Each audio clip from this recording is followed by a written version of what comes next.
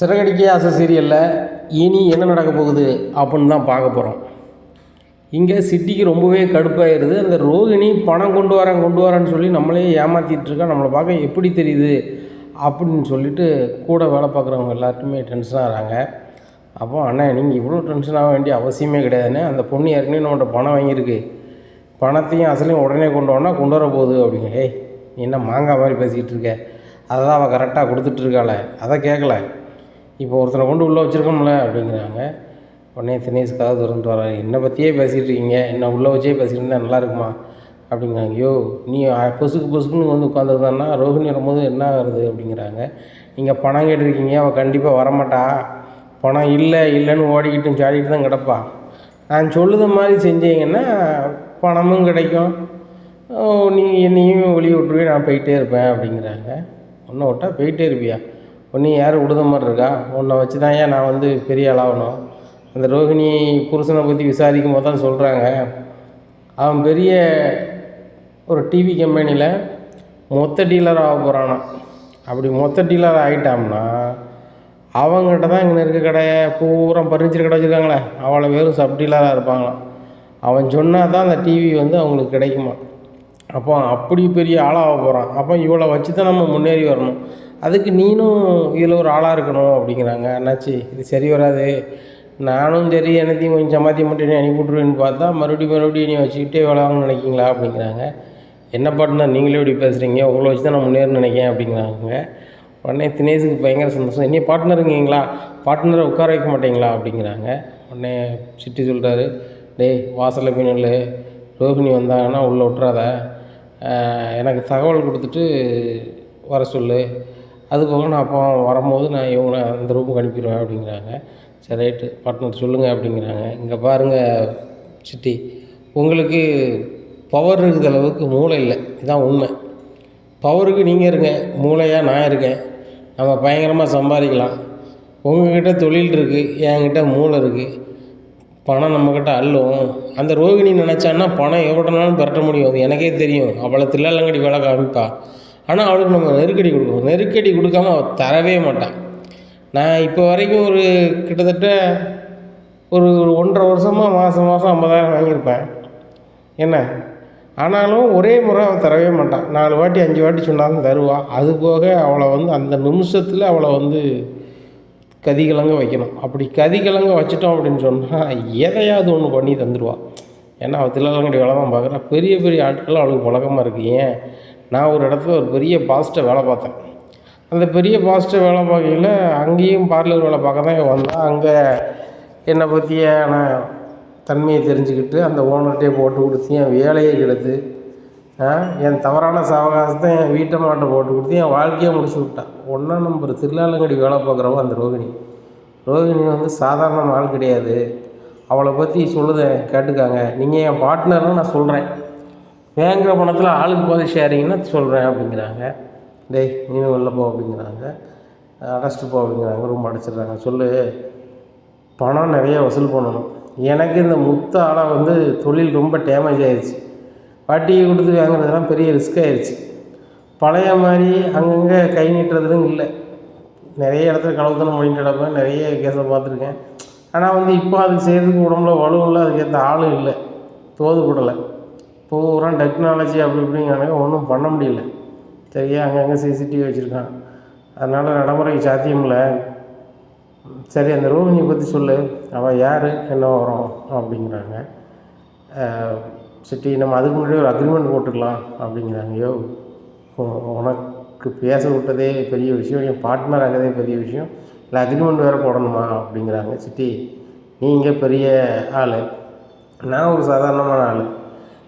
நான் வந்து எல்லாத்தையும் சொன்ன பிறகு நீங்கள் ரோகிணியை கையில் எடுத்தீங்கன்னா அப்புறம் நான் என்ன ஆகிறது அப்படிங்கிறாங்க. இங்கே பாரு, ரோகிணியை பற்றியே முழு உண்மையை தெரிஞ்சவன் நீ, உன்னை பற்றி தெரிஞ்சவன் நானாக இருந்து போகிறேன், மற்றபடி ஒன்றுமே இல்லை. என்ன எதிரிக்கு எதிரி நண்பன் அப்படிம்பாங்க, அந்த முத்து எனக்கு எதிரி. அதனால தான் இந்த ரோஹிணி வந்து என்னோடய ஃப்ரெண்டாக வந்தான். என்ன இப்போ ரோஹிணிட்டு நம்ம பணம் பார்த்தியும் போது நீ எதிரியாக இருந்தாலும் எனக்கு நண்பனாகிடுவேன், அதனால் உள்ளதை சொல்லு அப்படிங்கிறாங்க. நீ ரோகிணின்னு கூப்பிடுது, அவன் பேர் ரோகிணியே கிடையாது, அந்த பேரையே மாற்றி 5 வருஷம் தான் ஆகுது. வந்து பேரே மாற்றி 5 வருஷம் தான் ஆகுதா? ரோஹிணின்னு சொல்லி தான் ஏன் எழுதி கொடுத்து என்கிட்ட 2 லட்ச ரூபா கடன் வாங்கியிருக்கா அப்படிங்கிறாங்க. ரொம்ப சூப்பரு. இதுவே தெரியாமல் நீ கடன் கொடுத்துக்கிட்டு இருக்கியா? அதனால தான் நீ வந்து போட்ட பணத்தை பிரிக்க முடியாமல் 4 நல்ல கைகளை வச்சுக்கிட்டு விளாண்டுக்கிட்டு இருக்க. உன் லெவலில் நான் இருந்தவொடனே எங்கேயோ போயிருப்பேன் அப்படிங்கிறாங்க. ஐயோ பீதியை கிளப்பாத, உண்மையை சொல்லியா அப்படிங்கிறாங்க. உண்மையிலே அவள் பேர் ரோஹிணி கிடையாது. ரோஹிணின்னு சொல்லிவிட்டு அவள் டாக்குமெண்ட்லாம் ரெடி பண்ணது 5-6 வருஷமாக தான் ரெடி பண்ணியிருக்கான். அதுக்கு முன்னாடி அவள் பேர் கல்யாணி, உண்மையான பேர் கல்யாணி தான். சரியா அப்படிங்கிறப்போ இதை வச்சு தான் நீ வந்து ஒரி பண்ணிகிட்டு இருக்கியா அப்படிங்கிறாங்க. இது மட்டும் இல்லை, அவளுக்கு ஏற்கனவே கல்யாணம் முடிஞ்சிட்டு. என்னது ஏற்கனவே கல்யாணம் முடிஞ்சிட்டா? நீ ஏன் சாக்கார? அவன் புருஷனுக்கு தெரிஞ்சால் கூட அவன் ஷாக் ஆக மாட்டான் போல, நீ அவ்வளோ ஷாக்கார அப்படிங்கிறாங்க. ஐயோ உள்ளதை சொல்லியா? உள்ளதான் சொல்லுதேன். அவளுக்கு ஏற்கனவே கல்யாணம் ஆயிடுச்சு. கல்யாணம் ஆயிடுச்சா? அப்போ அவன் புருஷங்க அப்படிங்கிறாங்க. அவன் போய் சேர்ந்துட்டான். எங்கே போய் சேர்ந்துட்டான்? ஐயோ மேலே போயிட்டாயா? ஓ மேலே போயிட்டானா? சரி. ஓ அதை மறைச்சிட்டு கல்யாணம் முடிச்சிருக்காளா அப்படிங்கிறாங்க. அது மட்டும் இல்லை, மூத்த புருஷனுக்கு பிறந்த ஒரு பையன் இருக்கான்.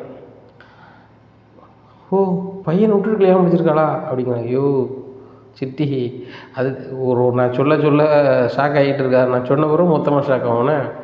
அவளுக்கு கல்யாணம் ஆகி பையன் இருக்கான், அம்மாவும் இருக்காங்க, கிராமத்தில் இருக்காங்க. சரியா? இப்போ சிட்டிக்குள்ளேயே ஒரு வீடை பார்த்து வச்சுருக்கா, இங்கே பக்கத்துலேயே ஒரு ஸ்கூல்லையும் சேர்த்துருக்கா. இப்படி இருக்கும்போது எல்லாத்தையும் வளைச்சிட்டு எனக்கு கல்யாணம் ஆகலை, நான் பெரிய கோடீஸ்வரி, எங்கள் அப்பா மலேசியாவில் இருக்கார், அவருக்கு 4 கப்பல் ஓடுது, அங்கங்கே பிஸ்னஸ் பண்ணுறது, அப்படி இப்படின்னு என்னத்தெல்லாமோ உள்ட்டா அடித்து வச்சுருக்கா. இதை தெரிஞ்ச ஒரே ஆள் நான் தான். நான் அப்பப்போ இதை பற்றிய விஷயத்தும் மாமனார் வீட்டில் சொல்லணுமா, உன் புருஷன்ட்ட சொல்லணுமான்னு சொல்ல எனக்கு மாதம் 50,000 தருவா, டவார்னு எனக்கு 25,000 தருவா, இப்படி பணத்தை தந்துக்கிட்டே இருப்பான். சரியா? இப்போ நான் 30 லட்ச ரூபா கேட்டேன். 2வது கல்யாணம் முடிச்சு விட்டேன். முடித்தோடனே 2வது பொண்டாட்டி வீட்டில் விட்டு வந்திருக்கேன். இப்போ வாடகை வீட்டில் கூட்டு கொண்டு வச்சா நல்லா இருக்காது. ஒரு சொந்த வீடு ஒன்று வாங்கணும். 30 லட்ச ரூபாய்க்கு ஒரு வீடு, சின்ன வீடு விலைக்கு வருது. அதை வாங்கிட்டோம்னா நல்லாயிருக்கும், இன்னும் அவளை டிஸ்டர்ப் பண்ண வேண்டாம், நம்மளுக்கும் அவளை டிஸ்டர்ப் பண்ணி போர் அடிக்கி அப்படின்னு நினச்சி தான் அவள்கிட்ட சொன்னேன். ஒரு வாரத்தில் எனக்கு வேணும் அப்படின்னேன்.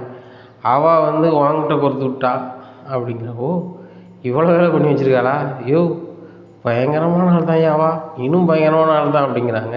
சிட்டி மட்டும் லேசானாலா, நீனும் பயங்கரமான ஆள் தான்.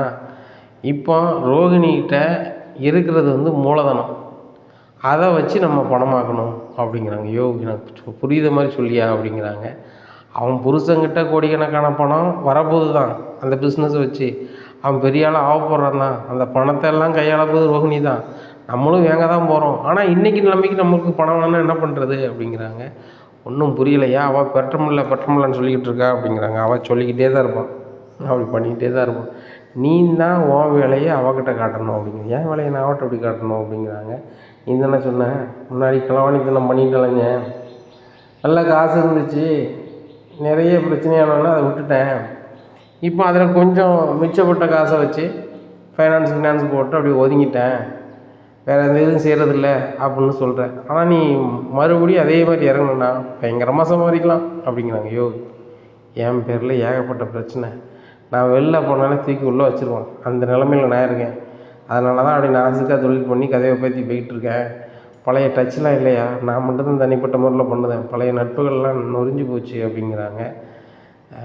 சிட்டிங்க பாரு, நிறைய டெக்னாலஜி வளர்ந்துருச்சு அப்படிங்கிறாங்க. ஆமாம் அது இதனால தான் நான் நிப்பாட்டினேன், தினமும் தெரியாத மாதிரி பேசுகிறேன் அப்படிங்கிறாங்க. நான் சொல்ல வர்றதை கேளு சிட்டி, உனக்கு தொழில் தெரியும், எனக்கு டெக்னாலஜி தெரியும், ரோகிணிக்கு தில்லாலங்கடி வேலை பார்க்க தெரியும். இந்த 3 ஒரே வட்டத்தில் சேரும் போது நம்ம ஒரு கதையை சாதிக்க முடியும் அப்படிங்கிறாங்க.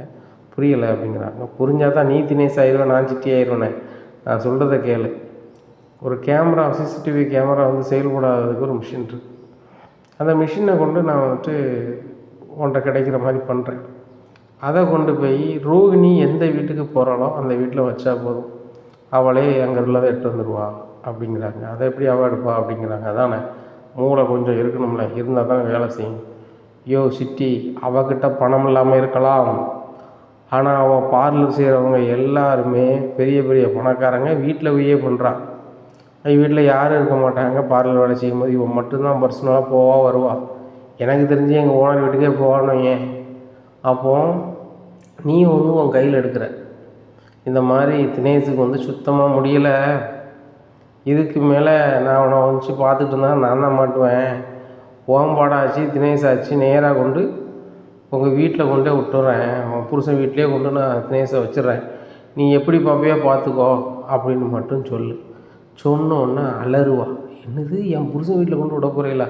ஏற்கனவே முத்துக்கு அவனை தெரியும், அவ்வளோதான் அப்படி இப்படிம்பா. சொன்ன உடனே சரிம்மா ஒன்றால் பணம் புரட்ட முடியல, சரியா? சரி பணம் புரட்டதுக்கு நான் ஒரு வழி சொல்லுவேன், அதை செஞ்சு பணத்தை கொண்டு வா அப்படின்னு சொல்லு. என்னன்னு கேட்பான்.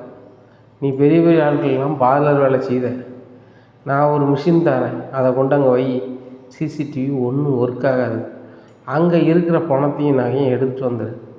அப்படியே அவங்க வந்து பெட்டிஷனை கொடுத்தாலும் சரி தான், என்ன கொடுத்தாலும் சரி தான், என்ன ஆகுனா பதிவு எதுவும் இருக்காது அப்படின்னு சொல்லு. ஓன் தொழிலுக்கு நீ அவ்வளோ பயன்படுத்திக்கலாம். அப்படி பயன்படுத்திட்ட அப்படின்னு சொன்னால் அதில் நம்ம 2 பேரும் ஷேர் பண்ணிக்கலாம் அப்படிங்கிறாங்க. ஐயோ நீ பக்கவான ஆளாக இருக்கியடா அப்படிங்கிறாங்க. பக்கவாக இருக்க போய் தான் இவ்வளோ நாள் ரோகிணிகிட்ட 1.5 வருஷமாக உருட்டிக்கிட்டும் பரட்டிக்கிட்டும் பணத்தை வாங்கிட்டு இருக்கேன், வேலைக்கே போகாமல். எனக்கு வேர்வை பிடிக்காது. நம்ம இந்த மாதிரி பண்ணுவோம், அவளை அனுப்பி யார்கிட்ட வசதியாக இருக்கோ அவங்க பார்லர் வேலைக்கு யார்கிட்ட போகிறாலோ அந்த வீட்டில் என்ன இருக்கோ அதை கொண்டு வர சொல்லு. அப்பப்போ நான் வந்து வைத்தியத்தை கொடுக்கேன் இருக்குத அப்படின்னு சொல்லு. உனக்காக தான் அந்த வைப்பு நான் வாங்கி தரேன், எனக்கு வழி தெரியல, நீ வேறு என் ஃப்ரெண்டாக போய்ட்டுன்னு சொல்லு அப்படிங்கிறாங்க. ஐயோ செம்ம ஐடியாயா அப்படிங்கிறாங்க. நானும் மாட்டேன், மாட்டினாலும் பாதிக்கப்பட போகிறது அவள் தான். அதுபோக நம்மளுக்கும் காசு வந்துடும். அப்பா இது பக்காவாக இருக்க. சரி அந்த மிஷின் எவ்வளவு என்ன வரும் அப்படிங்கிறாங்க. அதை நான் வாங்கி தரேன், முதல்ல நான் வெளில நீ விடு அப்படிங்கிறாங்க. உன்னை நம்பி விட்டா நீ போயிட்டேன்னா, ஐயோ பார்ட்னர்னு சொல்லியிருக்க, பார்ட்னர் எப்படி வெளியே போவேன், சரி உன்ட்ட கார் எடு அப்படிங்கிறாங்க. உடனே சிட்டி கால் பண்ணுறாங்க, வெளியே ரோகிணி எதுவும் இல்லையே அப்படிங்கிறாங்க. சரி இந்த மாஸ்க்கை போட்டுக்கோ அப்படின்னு சொல்லிட்டு காரில் போகிறாங்க, அந்த மிஷினை வாங்குறாங்க, வாங்கி கொண்டு வந்துடுறாங்க. ஐயோ நான் தான் நண்பர் ஆகிட்டேனே, எனக்கு ஏன் அந்த இருட்டு ரூம் தந்துருக்கீங்க, ஏதாவது ஒரு நல்ல வெளிச்சமாக ஃபேன் காற்றுல சரக்கு அடிச்சுக்கிட்டே சாப்பிட்டுட்டு ரெஸ்ட் எடுக்க ஒரு ரூம் எதுவும் முடியா அப்படிங்கிறாங்க. சரி வா அப்படின்னு சொல்லிட்டு நேராக சிட்டி வீட்டுக்கு கூட்டி போகிறாங்க. இது இன்னும் இந்த வீடு உனக்கும் பங்கு தான், நீ என் பார்ட்னர் தானே, இரு ரோகிணிகிட்ட கால் பண்ணி பேசுகிறேன் அப்படின்ட்டு ரோகிணி கால் பண்ணுறாங்க.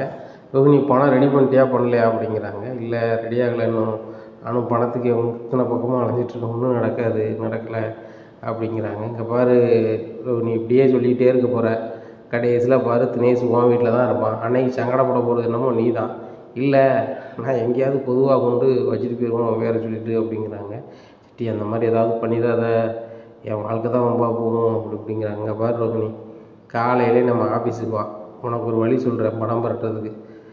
சிட்டி நீங்கள் வேணால் அப்புறம் கூட 2 லட்ச ரூபா தாங்கன்னா அதுக்கு வட்டி தந்துடுறேன் அப்படிங்கிறாங்க. பாரு ரோகிணி உன்ன மாதிரி நிறைய பேருக்கு நட்புன்னு அடிப்படையில் தெரிஞ்சவங்க அப்படி இப்படின்னு பணத்தை கொடுத்துட்டு இந்த முத்து மாதிரி ஆட்கள்லாம் வேண்டாத வேலை பண்ணி என் தொழில் ஒன்றும் பண்ண முடியல, நான் லாக் ஆகிவே இருக்கேன். இப்படி இருக்கும்போது நான் சொல்கிறத நீ செஞ்சேன்னா உனக்கு பணம் வரும், உன் கதையும் முடியும் என் கதையும் முடியும் அப்படிங்கிறாங்க. சரி சிட்டி காலைல வரேன் அப்படின்னு சொல்லிட்டு ஃபோனை வச்சிடுறாங்க. இங்கே நான் வழி கொண்டு வந்துடும் நினைக்கிறேன் அப்படிங்கிறாங்க. வழி கொண்டு வந்தே ஆகணும், நான் பேசாமல் உன் வீட்லேயே இருந்துக்கிறேன், நீ அங்கே டீல் பண்ணு, அப்படி எதுனா ஃபோன் பண்ணி வந்துடுறேன் அப்படிங்கிறாங்க. இல்லை உன்னை வந்து காட்டினா தான் பணம் வாங்க முடியும் அப்படிங்கிறாங்க. அப்படியா சொல்கிறேன் அப்படின்னு சொல்லிட்டு 2 பேரும் நேரம் ஆஃபீஸ் போயிடுறாங்க. அங்கே போய் தினேஷ் பயங்கரமாக கட்டில் படுத்து கிடந்து நடிச்சுட்டு கிடக்காரு. இங்கே ரோகிணி வராங்க, என்ன சிட்டி வர சொன்னீங்களே அப்படிங்கிறாங்க. தினேஷ் அவன்கிட்ட காமிக்க எப்படி இருக்கான்னு பார்ப்போம் அப்படின்ட்டு காமிக்கிறாங்க. பக்கத்தில் போகிறாங்க, மூச்சு விடாத மாதிரி இருக்கார். பார்த்தியா மூச்சே சரியாக வரமாட்டுக்கு, ஒரு நாள் தாங்குதோ 2 நாள் தாங்குதோ தெரில, ஆனால் என்றைக்கு எந்த உரி வருதோ நான் ஒன்றை தான் காட்டுவேன், பிறகு நான் என்ன பண்ண முடியும் உனக்கு உதவி பண்ணிவிட்டு அப்படிங்கிறாங்க. சிட்டி தயவு செய்து புரிஞ்சுக்க என் சூழ்நிலையை, பணம் பெரட்ட முடியல, இல்லைன்னா தந்துடுவேன். இவனே நீ வந்து ஒரி பண்ணி மாதம் 50,000 வாங்கிட்டு போவான். இப்போ நீ இப்படி கேட்க நான் என்ன பண்ண, எனக்கு ஒன்றும் புரியாமல் தான் முழிச்சிட்ருக்கேன், நானும் கையில் இருந்த காசு எல்லாம் செலவு பண்ணிட்டேன் அப்படிங்கிறாங்க. இங்கே பாரு ரோகிணி அதை விடு, அவர் வேலை சொல்கிற அதை செய் அப்படிங்கிறாங்க. சொல்லு சிட்டி அப்படிங்கிறாங்க. நான் சொல்கிறது உனக்கு தப்பாக படலாம், முன்னாடி இந்த வேலையை தான் நான் பார்த்துட்டு இருந்தேன், இடையில ஏகப்பட்ட ஊரி, அதனால் இந்த வேலையை விட்டுட்டு ஃபைனான்ஸ் மட்டும் பார்த்துட்ருக்கேன், பழைய வேலையோ டச்சோ இல்லை. ஒரே ஒரு சம்பவம் சத்யாவாக செஞ்சோம், அந்த வீடியோ தான் நீ பார்த்த, என்ன அதுக்கப்புறம் எந்த வேலையும் செய்யலை அப்படிங்கிறாங்க. என்னத்தை சொல்கிற, நீங்கள் ஆட்டை போடுவீங்களே, இந்த க்ளவு பண்ணுவீங்களே, இந்த வேலையாக சொல்கிறேன் அப்படிங்கிற. ஆமாம் அதை தான் சொல்கிறேன் அப்படிங்கிறாங்க. சரி இப்போ நான் என்ன செய்யணும், என்கிட்ட பணம் பெறதுக்கு ஒரு வாய்ப்பு அது இருக்குதுன்னு சொன்னேன் அப்படிங்கிறாங்க. நான் சொல்கிறது உனக்கு புரியலையா, நீ நிறைய பணக்காரங்களுக்கு பார்லர் வேலை பார்க்குறேன்னு நான் கேள்விப்படுறேன். அவங்க வீட்டுக்குள்ளே உன்னால் அசால்ட்டாக போக முடியும். அந்த வீட்டில் இருக்க பொருளையும் பணத்தையும் எட்டுவான்.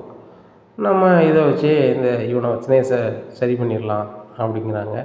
இங்கே பாரு சிட்டி, ஒரு பிரச்சனையை மறைக்கிறதுக்கு இன்னொரு பிரச்சனை அப்படின்னா சரி வராது, அதெல்லாம் என்னால் முடியாது, அங்கே யாரும் பார்த்துட்டாங்கன்னா அப்படிங்கிறாங்க. அதெல்லாம் பார்க்க மாட்டாங்க, அதுக்கு நிறைய வாய்ப்பு வழிகள் இருக்குது. என்ன, ஏதாவது ஒரு க்ரீம் ஒன்று ரெடி பண்ணு, அந்த க்ரீம் நீ போட்டு மசாஜ் பண்ணையில் அவங்க கண்டிப்பாக நல்லா கோவலாம் முடிச்சிக்கிட்டு இருப்பாங்க, தூங்கிட்டு இருப்பாங்க. அப்படியே அந்த கேப்பில் நீ வீட்டில் நைஸாக ஆட்டையை போட்டுடலாம் அப்படிங்கிறாங்க. அது எப்படி முடியும், அங்கே தான் சிசிடிவி கேமரா அது இதுன்னு இருக்கும்ல அப்படிங்கிறாங்க. இங்கே பாரு, அதை ஆஃப் பண்ணுறதுக்கு ஒரு மிஷின் இருக்குது, அதை கொண்டு போ, அங்கே வச்சிரு, 2 மணி நேரத்துக்கு வேலை செய்யாது. அவன் பாட்டில் என்னது எடுக்கணும் எடுத்துகிட்டு போயிட்டு வர மாட்டான்ட்டு வந்துரு, வந்துங்க கொடு, அதை வச்சு தினேஷை பார்த்துக்கலாம். சரியா, தினேஷ் உடம்பை அப்படி தான் ரெடி பண்ண முடியும், ஓண்ட பணம் ரெடி பண்ண முடியலன்னா அதான வழி அப்படிங்கிறாங்க. சிட்டி, எனக்கு பயமாக இருக்குது, அதெல்லாம் பண்ண முடியாது அப்படிங்கிறாங்க.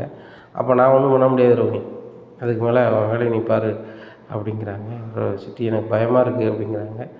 பயந்தெல்லாம் ஒன்றும் செய்ய முடியாது ரோஹினி, சரியா அப்படிங்கிறாங்க. ஒரு கட்டத்தில் சரி அப்படின்றாங்க. சரி, இந்த மிஷினை வச்சுக்கோங்க, பையில் சின்னதாக தான் இருக்கும், இப்போ எங்கே பார்லர் வேலைக்கு போகிறீங்க அப்படிங்கிறாங்க. ஒரு ஆளை சொல்கிறாங்க. சரி, போய்ட்டு வாங்க, சக்ஸஸ்ஃபுல்லாக பண்ணிட்டு வாங்க அப்படிங்கிறாங்க. சரி சிட்டி அப்படின்னு சொல்லிட்டு போயிட்டு ரோகிணி பழமாக நினைக்காங்க, மாட்டிட்டேன்னு என்ன பண்ணுறது, ஒரு பிரச்சனையை முடிக்கிறதுக்கு இன்னொரு பிரச்சனை பண்ணால் எப்படி அப்படின்னு சொல்லிட்டு யோசிக்கிறாங்க. கடைசியில் பார்க்குறாங்க, எல்லா பிரச்சனையோட பெரிய பிரச்சனை தினேஷ் பிரச்சனையாக இன்றைக்கி உருவெடுக்கு. தினேஷுக்கு ஏதாவது ஒன்று ஆகிட்டுனா லைஃப் லாங் நான் வெளியே வர முடியாது, களி தான் திங்கணும். அப்படி களி திங்கிறதுக்காக நான் இவ்வளோ நாள் கஷ்டப்பட்டேன், என் பேரை மாற்றி வச்சுருந்தேன். சரி ரைட்டு, ஒரே ஒரு ஃபைனலாக ஒன்று செஞ்சுட்டு கதையை முடிச்சுக்க வேண்டியதான், அதுதான் ஆதாரம் ரெடி பண்ண முடியாதுன்னு சொல்கிறானே அப்படின்னு சொல்லிட்டு நேராக போகிறாங்க.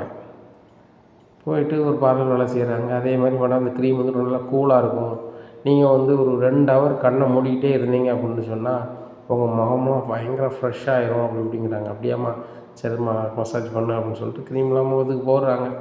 போட்டு, மேடம் பார்லர் வேலை செம்மையாக பண்ணியிருக்கேன், நீங்கள் அப்படி இருந்து தூங்க, நானும் ஒரு சின்னதாக எழுத வேண்டியிருக்கு, உங்கள் தலைமாட்டில் எழுதிட்டு போகும்போது போயிட்டு வரேன்னு சொல்கிறேன், உங்கள் ஏற்றாப்புல தான் மேடம் இருக்கேன் அப்படிங்கிறாங்க. சரிம்மா அப்படிங்கிறாங்க. இவங்க அப்படியே கண்ணை மூடிட்டு இருந்தோன்னே ரோஹிணி நோட்டம் விடுறாங்க. நேராக பீரோ சாவி அதிலே இருக்குது, திறக்காங்க. திறந்து பணம் நகைலாம் எடுக்கிறாங்க. எடுத்து தான் பேக்கில் வச்சுட்டு, மேடம் வேலை முடிஞ்சிட்டு நான் கிளம்பட்டுமா மேடம் அப்படிங்கிறாங்க. 2 மணி நேரம் ஆயிருக்குமா ரோஹிணி அப்படிங்கிறாங்க. அழகாக ஆகிட்டு மேடம் அப்படின்னு சொல்லிட்டு கண்ணை முடிக்கிறாங்க. 2 மணி நேரம் ஏற்றாப்புல தான் உட்காந்துருக்கியா அப்படிங்கிறாங்க. ஆமாம் மேடம், வேறு என்ன பண்ணுறது, உங்களுக்கு நான் நீங்கள் நல்லா இருக்கீங்க அப்படின்னு சொல்லிட்டு அந்த ஃபேஸ் வாஷ் பண்ணிட்டு தான் நான் போக முடியும் அப்படிங்கிறாங்க. ஓ சரி சரி அப்படின்னு சொல்லிட்டு முகத்தெல்லாம் கழுவி விட்றாங்க. மேடம் நான் போயிட்டு வரேன் அப்படின்னு சொல்லிட்டு கிளம்புறாங்க. சரி நீ பார்த்துப்போ அப்படிங்கிறாங்க. அந்த மிஷினையும் அப்புறம் கையில் எடுத்துகிட்டு போயிடுறாங்க. போய் சிட்டியை போய் பார்க்குறாங்க. சிட்டி, இதில் பணம் இதில் 1 லட்ச ரூபா இருக்குது, அது போக நகை இது எப்படின்னு இப்போ 2 லட்ச ரூபாய்க்கு மேலே தான் வரும், இதை வச்சு எப்படியாவது அந்த தினேஷை காப்பாற்றிடு அப்படிங்கிறாங்க. சரி, எங்கள் சிசிடிவி எதுவும் இருக்காதில்ல அப்படிங்கிறாங்க. சிசிடிவி இருக்கும், ஆனால் எதுவுமே பதிவாகாது, ஒன்றும் பிரச்சனை இல்லை அப்படி இப்படிங்கிறாங்க. உடனே வந்த உடனே இந்த நகையை போய் விற்றுட்டு அந்த நகை ஒரு 3 லட்ச ரூபாய்க்கு போகுது, பணம் 1 லட்ச ரூபாய்க்கு இருக்குது. அப்போ 4 லட்ச ரூபாய் ஆயிடுச்சு. ஆளுக்கு 2 லட்ச ரூபா பங்கு கொடுத்தாங்க. பார்ட்னர், முதல்ல செம போனியாக இருக்குது, உன் ஐடியா பக்காவாக இருக்குது அப்படிங்கிறாங்க. ஆமாம், ஒரு 4 நாள் கழிச்சு அவனுக்கு ரொம்ப ஓவர் ஆயிடுச்சு, கொடுத்த பணம் எல்லாம் செலவாயிடுச்சு, அவன் எதுவும் ஆயிரமோன்னு தான் பயமாக இருக்குது, கொஞ்சம் பணம் ரெடி பண்ணுன்னு சொல்லு, இல்லைம்பா மறுபடியும் இன்னொரு கஸ்டமர் வீட்டில் போய் இதே மாதிரி பண்ணிதான் அப்படின்னு சொல்லு, இப்படி பண்ணிக்கிட்டே இரு, அவன் பாட்டில் அவனுக்கு பணத்தை போட்டுக்கிட்டே இருப்பான், நம்ம பாட்டில் சாப்பிட்டுக்கிட்டே இருப்போம், அவன் புருஷன் கையில் பணம் வந்த முன்னாடி அதுலேருந்தே நம்ம ஆட்டையை போடுறதுக்கு என்ன வழியோ அதை பார்ப்போம் அப்படிங்கிறாங்க. யோ தினேஷே, பயங்கரமான பிளானியா, நானும் பணத்தை அங்கங்கே ஆட்டையை போட்டு அதுக்கு வட்டிக்கு கொடுத்து நாக்கு தண்ணி அவனை வீட்டுக்கு அலைஞ்சி 10 ரூபா காசை வாங்கிறதுக்கு முன்னாடி தலைகீழ நின்று தண்ணி குடித்த கதை தான், ஆனால் நீ அசால்ட்டாக ஒரு பிளானை போட்டு கொடுத்துட்டேப்பா அப்படிங்கிறாங்க. எல்லாம் மூளைக்கு வேலை கொடுக்கணும் சிட்டி, சும்மா நான் பெரிய ஆள் நீ பெரிய ஆளுன்னு பேசிகிட்டு இருக்கக்கூடாது, நரம்பு மாதிரி இருந்தாலும் சிந்தனை பண்ணி ஒரு வேலை செஞ்சோம்னா லைஃப்பில் செட்டில்டு. சரியா, நான் 30 லட்ச ரூபா அவட்ட கேட்டேன், ஆனால் அவளால் பெரட்ட முடியலன்னு அவள் சொல்லுவாள். ஆனால் அதுக்குள்ளே நெருக்கடியை நம்ம கொடுத்துட்டோம் அப்படின்னு சொன்னால் அவள் 30 லட்சம் இல்லை 80 லட்சம்னாலும் பெரட்டி தருவாள், அதுக்குள்ளே வழியை அவளே வகுப்பா. சரிதானா, இன்றைக்கி நம்ம வழி வகுத்தோம் அப்படின்னு சொன்னால் இது ஒரு காரணம் தான். ஏன்னா நீ சொன்ன நான் இதெல்லாம் பண்ணேன் வச்சேன்னு சொல்லிட்டு இதை வச்சு ஒரு ஐடியா பண்ணது தான். அவன் புருஷங்கிட்ட மட்டும் பணம் குமியட்டும், அந்த பணம் அடுத்த நிமிஷம் நம்ம ஆஃபீஸில் இருக்க மாதிரி பண்ணிடலாம் அப்படிங்கிறாங்க. ஏய் அப்போ நீ என் கூடயே இருப்பா அப்படிங்கிறாங்க. அதான் நீ உன் வீட்டில் இருக்க சொல்லிட்டியே, 30 லட்ச ரூபா வந்தால் தானே நான் 2வது பொண்டாட்டியை கூப்பிட்டு தனி வீடு வாங்க முடியும் அப்படிங்கிறாங்க. சரி வெயிட்டாக ஒரு அமௌண்ட் ஆட்டையை போடுவோம், ஆளுக்கு பாதையை ஷேர் பண்ணிக்குவோம், இந்த ரோகிணி வச்சு நம்ம 2 பேருமே செட்டில் ஆயிடணும் அப்படிங்கிறாங்க. கண்டிப்பாக செட்டில் ஆயிடலாம் அப்படின்னு சொல்லிட்டு சந்தோஷமாக சிரிச்சிட்டு இருக்காங்க. இங்கே ரோகிணிக்கு ரொம்பவே மனசு கஷ்டமாக இருக்குது. அப்போ வித்யாட்ட போய் சொல்கிறாங்க, வித்யா அந்த சிட்டி கேட்குற பணத்தை பற்றி கொடுத்துட்டேன் அப்படிங்கிறாங்க. எப்படி நீ பற்றி கொடுத்த அப்படின்னு கேட்குறாங்க. நான் எங்கே பற்றி கொடுத்தேன், சித்தி தான் ஒரு ஐடியா சொன்னான் அப்படிங்கிற. என்ன ஐடியா அப்படிங்கிறாங்க. நீ பார்லர் வேலைக்கு போகிறலாம், அந்த வீட்டு உள்ள ஆட்டையை போட்டு கொண்டு தா, அதை வச்சு அவனை காப்பாற்றுவான், வேறு வழி இல்லை அப்படிங்கிறாங்க. தெரிஞ்சு என்னடி பண்ணுவேன், ஒவ்வொரு வீட்லையும் கேமரா இருக்குது, அது இருக்குது, இது இருக்குங்காங்க. ஏதாவது மாட்டிட்டேன்னு நினச்சியே அப்படிங்கிறாங்க. ஒரு மிஷின் ஒன்று தந்திருக்கான், அதை கொண்டு அங்கே வச்சோம்னா 2 மணி நேரத்துக்கு வேலை செய்யாதான், அதை வச்சுட்டு தான் இது பண்ணேன். அது போக அந்த மேடத்துக்கு நான் மசாஜ்லாம் பண்ணிட்டு ஒரு க்ரீம் போட்டேன், நல்லா கூலாக போட்டுட்டு ஒரு 2 மணி நேரம் நீ கண்ணை முழிச்சு பார்க்காதுங்க மேடம்னு சொன்னேன். அவங்களும் முழிச்சு பார்க்கல. மேடம் ஏத்தாவில் தான் உட்காந்து எழுதிட்டுருக்கேன் அப்படின்னு சொல்லிட்டு, நானும் ஏத்தாவில் இருக்கிற மாதிரியே நைஸாகவே எல்லாம் பீரோவில் போய் எடுத்துட்டேன். சாவியுமே நல்ல வேலைக்கு அப்படியே இருந்துச்சு வெளியே அப்படிங்கிறாங்க. என்னடி சொல்கிறேன், இந்த மாதிரி வேலைலாம் பார்க்க ஆரம்பிச்சிட்டியா, நீ நம்பி நான் பழகிட்டுருக்கேன். நீ உன் பர்சனலாக தில்லாலங்கடி வேலைலாம் பார்த்துட்டு இருந்தேன். சரி நம்ம ஃப்ரெண்டு அவள் வாழ்க்கைக்காக அப்படி நடந்துகிட்ருக்கான்னு நானும் போயிட்டே இருந்தேன். இப்படிலாம் நீ பண்ணணும்னு நாளைக்கு எனக்கு எதுவும் பிரச்சனை வந்துடாதா அப்படிங்கிறாங்க. ஏன் வித்யா பேப்பர் உனக்கு எப்படி பிரச்சனை வரும், எனக்கே பிரச்சனை வராது. என்ன கேட்டால் அங்கே பதிவு எதுவும் இல்லை. கேட்டால் கூட மேடம் நான் அவங்க முன்னாடி தான் உட்காந்து எழுதிட்டு இருந்தேன், நீங்கள் அவங்களுக்கு தெரிஞ்சுக்கிட்டு அப்படி பேசுவீங்கன்னு சொல்லி முடிக்க போகிறேன் அப்படிங்கிறாங்க. ஏன்டி உன் மனசாட்சி குத்தலையா அப்படிங்கிறாங்க. இங்கே பாரு வித்யா, என் வாழ்க்கையை காப்பாற்றுக்கு நான் என்ன வேணாலும் செய்வேன், எனக்கு அது மட்டும்தான் தெரியும் அப்படிங்கிறாங்க. சொல்லுதுன்னு தப்பாக நினச்சிடாத, நீ இனிமேல் பட்டு நீங்களும் நானும் பேசுகிறது சரியாக இருக்காது, என் வீட்டுக்கு நம்ம வராத அப்படிங்கிறாங்க. என்னடி இப்படி சொல்கிற, எங்கள் அப்பா எங்கள் அம்மா என் பிள்ளை யாரும் வேண்டாம், நீ தான் வேணும்னு உன் கூடயே நான் இருந்தேன் வித்யா, நீ மறந்துட்டியா, உங்கள் வீட்டில் நீ சண்டை போட்டு வரும்போது கூட நான் தான் உனக்கு ஆறுதலாக இருந்தேன், இன்றைக்கி இப்படி பேசுகிறியா அப்படிங்கிறாங்க. வித்யா என்ன சொல்ல வரோம்னா அப்படின்ட்டு ரோகிணி சொல்கிறாங்க. ரோகிணி நீ எனக்கு சப்போர்ட்டாக இருந்தால் தான் ஆரம்ப காலத்தில், அதுக்கப்புறம் உனக்கு நான் பல வகையில் சப்போர்ட்டாக இருந்துட்டேன். ஆனால் இந்த மாதிரி கதைலாம் பண்ணும்போது உனக்காக நான் பல் இழிச்சிக்கிட்டு போய் என்ன செய்ய முடியாது, கம்பி எண்ண முடியாது, களி திங்க முடியாது. அதுக்கு நான் ஆள் இல்லை. நான் ஐடியில் ஒழுங்காக வேலை பார்த்துட்ருக்கேன், எனக்கு 60,000 சம்பளம். இந்த 60,000 சம்பளத்தை வச்சு ஒழுங்காக நான் சாப்பிட்டுட்டு இருந்தாலே போதுமானது. நான் கல்யாணம் ஆகாத பிள்ளை, நாளைக்கு என் எதிர்காலம் இருக்குது, தயவு செய்து என் வீட்டு பக்கத்தில் வராதவன் நல்லா இருப்பேன், போயிட்டு வா. அதுக்காக உங்கள் அம்மா ஃபோன் பண்ணால் பேச மாட்டேனோ, இல்லை நான் கிறிஸ்ட்ட பேச மாட்டேனோ, பார்க்க போன்றேன் அப்படின்னு நினைக்காத. எப்பவும் போல் உங்கள் அம்மா கால் பண்ணி பேசுவேன், கிறிஸ்டையும் பேசுவேன், உங்கள் அம்மாவும் கால் பண்ணினா நான் எங்கேயும் போவேன். நீனே ஃபோன் எடுக்கலனாலும் உங்கள் அம்மாவுக்கு என்னால் முடிஞ்சு உதவியே பண்ணுவேன், அதை மட்டும் நான் மறக்க மாட்டேன். ஆனால் நீ இனிமேல் என்கிட்ட டச் வைக்காத அப்படிங்கிறாங்க. என்னடி சொல்கிறேன், நீனே இப்படி பேசணும், நான் எங்கே போகிறது அப்படிங்கிறாங்க. அங்கே பாரு ரோகிணி, நீ பண்ணது கதையெல்லாம் ரொம்ப ஓவரு. தினேஷை கொண்டு சிட்டிகிட்ட பொறுத்து விட்ட, அவனுக்கு எதாவது ஆகிட்டனாலும் அதுக்கு நான் பொறுப்பு. இப்போ நீ ஒவ்வொரு வீட்லேயே கைவரிசையை காட்டுத, அவன் கைவரிசையில் ஏதாவது ஒன்று வீக் ஆயிடுச்சுன்னா நான் சீரழிஞ்சு போயிடுவேன், அசிங்கப்பட்டு போயிடுவேன். அசிங்கப்பட்டு போயிட்டால் எனக்கு எங்கேயும் வேலை கிடையாது. நீ பார்லர் வேலை வீடு வீடாக செஞ்சு பொழைச்சிக்கிடுவா, எனக்கு இந்த ஐடி வேலை தவிர வேறு வேலை தெரியாது, அதனால் சரி வராது, தயவு செய்து நீ வீட்டை விட்டு கிளம்பு அப்படிங்கிறாங்க. வித்யா இதான் அவன் பதிலா அப்படிங்கிறாங்க. இதான் முடிவு, நீ கிளம்பு அப்படிங்கிறாங்க. ரோகிணி ரொம்ப கடுப்பில் வீட்டை விட்டு கிளம்பி வெளில போகிறாங்க. பின்னாடியே வராங்க வித்யா. நில்லு ரோகிணி, என்னத்தையோ கோவத்தில் பேசிட்டேன், வா வீட்டுக்கு வா அப்படிங்கிறாங்க. இல்லடி நான் வீட்டுக்கு வரல, என்னால் உனக்கு தான் பிரச்சனை வருதுன்னு சொல்லுதியே அப்படிங்கிறாங்க. வர தாண்டி செய்யும், மனசாட்சியும் கேட்க மாட்டேக்கு, வா அப்படின்னு சொல்லிட்டு கூப்பிட்டு போகிறாங்க. சரி ரோகிணி சாப்பிடு அப்படிங்கிறாங்க. இவ்வளோ பேசினப்புறம் எனக்கு ஏன் சாப்பிடுன்னு சொல்கிற அப்படிங்கிறாங்க. ஏய் எனக்கும் பயமாக இருக்குடி, சொன்னால் புரிஞ்சுக்கொடி, இந்த மாதிரி நம்ம பண்ணாத அப்படிங்கிறாங்க. நானும் நம்ம பண்ண மாட்டேன் வித்யா, நான் பண்ணணும்னு பண்ணலை, எப்படியாவது அந்த ஸ்னேஸை காப்பாற்றிட்டோன்னா நான் பிரச்சனையிலேருந்து வெளில வந்துடலாம் அப்படிங்கிறதுக்காக தான் பண்ணணும்னு தவிர்த்து மற்றபடி இது பண்ணவே மாட்டேன் அப்படிங்கிறாங்க. சரி உங்கள் அம்மா கால் பண்ணியா அப்படிங்கிறாங்க. இல்லை அப்படிங்கிறாங்க. சரி முதல்ல கால் பண்ணி பேசு அப்படின்னு சொல்லிட்டு அவங்க அம்மாவுக்கு கால் பண்ணுறாங்க. ரோகிணி அப்படின்னு சொல்லிட்டு அழுகிறாங்க. என்னம்மா ரோகிணின்னு கூப்பிடுத அப்படிங்கிறாங்க. இல்லை கல்யாணி, எனக்கு முடியலை சுத்தமாக, எனக்கு மூச்சு கூட முடியல அப்படின்னு. என்னம்மா சொல்கிற அப்படிங்கிற. நர்ஸுங்க அப்படிங்கிறாங்க. அந்த நர்ஸுக்குள்ளே 4 நாள் லீவ் போட்டுச்சு, என்னென்னு தெரில அப்படிங்கிறாங்க. அந்த சாந்தி நர்ஸுக்கு நான் எவ்வளவோ சொல்லியிருக்கேனே அப்படின்னு சொல்லிட்டு, நான் வரேன் அப்படின்னு சொல்லிட்டு வித்யா கிளம்பி எங்கள் அம்மாவுக்கு உடம்புக்கு முடியலையா அப்படிங்கிறாங்க. நேராக என்னடி செய்யுது அப்படிங்கிறாங்க.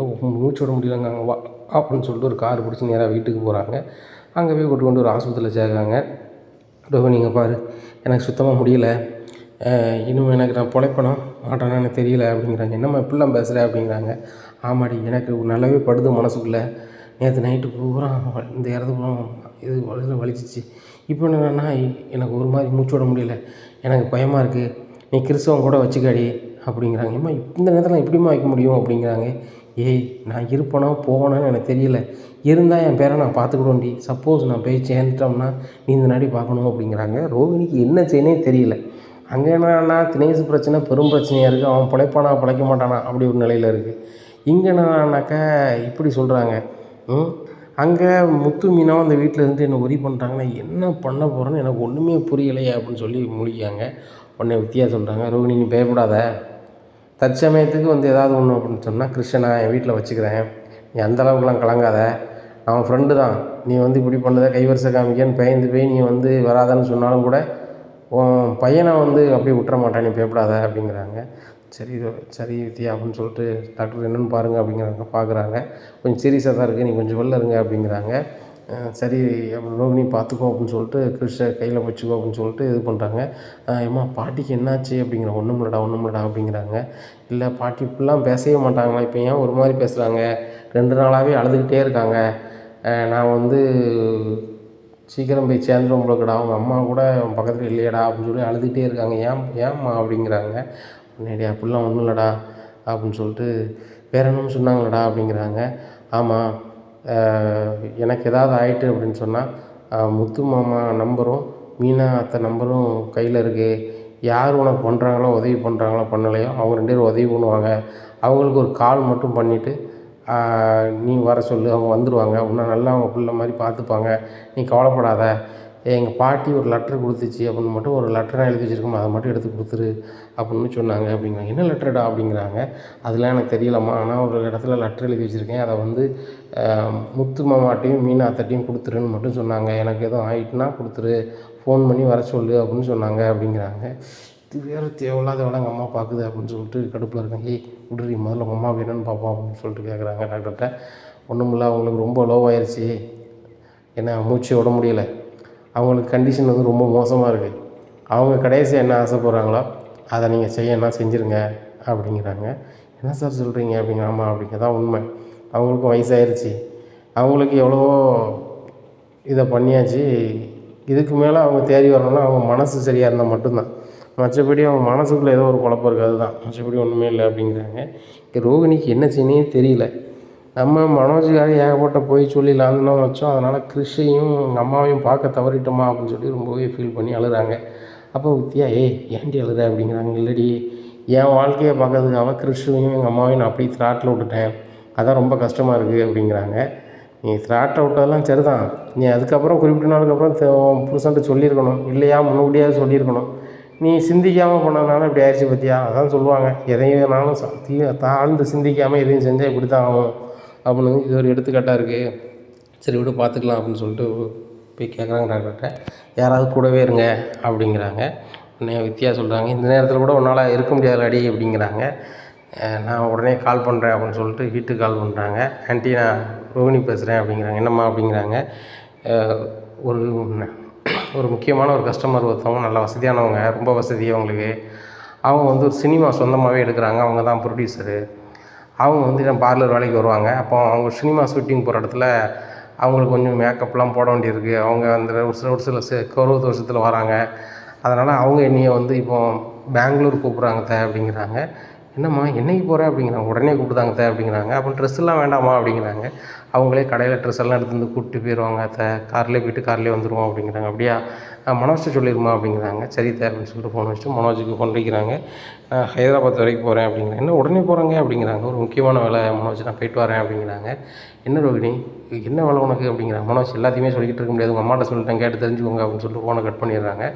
இன்னைக்கு ஒரு மனோஜுக்கு ரொம்பவே கடுப்பாக இருக்குது. 2-3 நேரம் ரோகிணிக்கு ஃபோன் அடிக்காங்க. ரோகிணி இங்கே உள்ள மனநிலையில் ஃபோனே எடுக்கலை.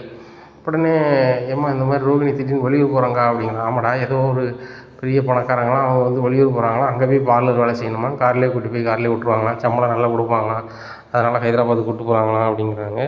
ஏம்மா அவ்வளோ காசுக்கு எதுக்குமா அங்கே போகணும், நம்மளுக்கு தான் சொந்தமாக பெரிய அளவுக்கு தொழில் வரப்போதே, இப்போ பார்லர் வேலை செஞ்சு என்ன செய்ய போகிறா அப்படிங்கிறாங்க. சரிடா, நான் ஃபோன் பண்ணி அவளை வீட்டுக்கு வர சொல்கிறேன் அப்படின்னு சொல்லிட்டு, ரோகிணி அந்த வேலைலாம் பார்க்க வேண்டாம், வேலை செய்ய முடியாதுன்னு சொல்லிட்டு வந்துடுமா, ஏன்னா மனோஜ் தான் பெரிய ஆளாக போகிறேனே அப்படிங்கிறாங்க. ஆண்டி நீங்கள் ஃபோனை வைங்க அப்படின்னு சொல்லிட்டு ஃபோனை கட் பண்ணிடுறாங்க. என்ன இவன் ஃபோனை கட் பண்ணுறான்னு சொல்லிட்டு, மனோஜ் உன் பொண்டாட்டி வர வர சரியில்லைடா, அவள் உண்மையில் அவள் வந்து எங்கே இருக்கா எதற்கான்னு தெரியல, முதல்ல நீ என்னென்னு கேளு அப்படின்ட்டு சொல்கிறாங்க. மறுபடி மனோஜ் கால் பண்ணி நீ எங்கே இருக்க அப்படிங்கிற. ஆமாம் அவன்கிட்ட எல்லாத்தையும் சொல்லிக்கிட்டு இருக்கணுமா, ஃபோனை முதல்ல வை அப்படின்னு சொல்லிட்டு கோவத்தில் சொல்லிடுறாங்க. இப்போ மனோஜுக்கு ஒன்றுமே உடலை வந்து நேராக வீட்டுக்கு வர ஏமா வர வர ரோஹினியோட செயல்பாடு சரியில்லை, அவள் நிறைய ஃப்ரெண்டுக்கு வந்து கடன் வேணும்னு சொல்லிட்டு என் வாங்கி வந்து கொடுக்கா, இப்போ நான் வித்தியாசமாக பேசுகிறா, நான் வந்து பார்லரில் போய் என்ன ஏதுன்னு போய் கேட்டு வரேன் அப்படின்னு சொல்லி பார்லருக்கு போகிறாங்க. அங்கே பார்லர் ஓனர் உட்காந்துக்கிட்டு இருக்காங்க. அப்போ மனோஜ் போய் மேடம் ரோஹினி எங்கே அப்படிங்கிறாங்க. யார், என்கிட்ட வேலை பார்க்க அந்த ரோஹினி பொண்ணா அப்படிங்கிறது, உங்கள்கிட்ட வேலை பார்க்கல ரோஹினி அப்படின்னு சொல்லி ரொம்பவே ஷாக்காகிறாரு மனோஜ். இனி என்ன நடக்கும் அப்படிங்கிறத பொறுத்திருந்து பார்க்கலாம். நம்ம சேனலை நீங்கள் மறக்காமல் லைக் அண்ட் சப்ஸ்கிரைப் பண்ணுங்கள். நன்றி, வணக்கம்.